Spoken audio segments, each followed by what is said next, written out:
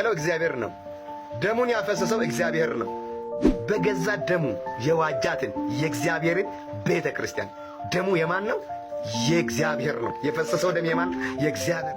ይሄንን ማመንና መቀበል ግድ ነው።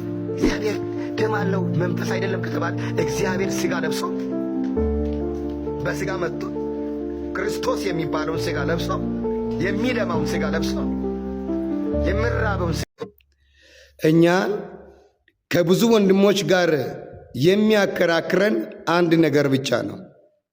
በኢየሱስ ላይ ያላቸው አመለካከትና ያለን አመለካከት ብቻ ነው። እርሱም እኛ ኢየሱስ ክርስቶስ አብም ወልድም መንፈስ ቅዱስም እሱ ነው ብለን እናምናለን።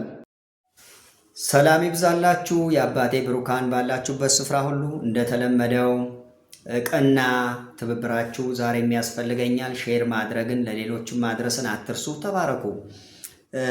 እኚህ ከላይ ያሉት ወንድም የተናገሩት ነገር ሰምታችኋል። አዲስ ነገር አልነገሩንም። የነበረውን ኑፋቄ ነው የደገሙት። አለቆቻቸው አቅቷቸው ጥለው ሌላ ሀገር ሄደው መኖር ጀምረዋል። እሳቸው ግን ጀምረውታል ማለት ነው።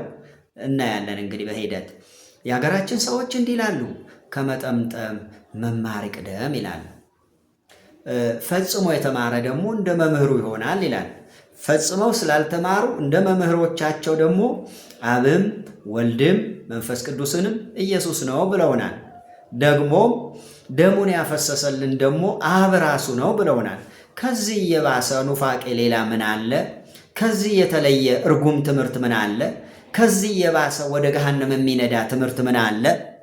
መጽሐፍ ቅዱስ ዕብራውያን ምዕራፍ 9 ቁጥር 14 ነውር የሌለው ሆኖ በዘላለም መንፈስ ራሱን ለእግዚአብሔር ያቀረበ የክርስቶስ ደም እንዴት ይልቅ ሕያውን እግዚአብሔር ልታመልኩ ከሞተ ሥራ ሕሊናችሁ ያነጻ ይሆን ይላል።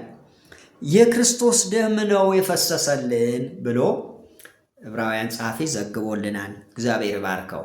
አንተ ደግሞ የክርስቶስ ደም ሳይሆን የአብ ደም ነው የፈሰሰልን ብለሃል። የማንን እንስማ? የመጽሐፍ ቅዱስ ወይስ ያንተ?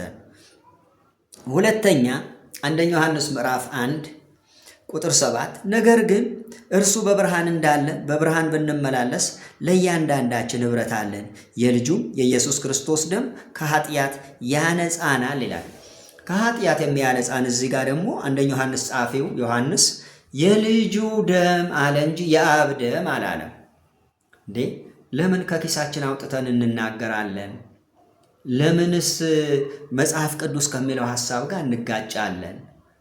ስለዚህ አዲስ ነገር አልነገርከንም። የነበረው ኑፋቄ ነው ያልኩህ ለዚህ ነው። ተባረኩ። ቄስ ኃይሉ ዘሪሁን ነኝ።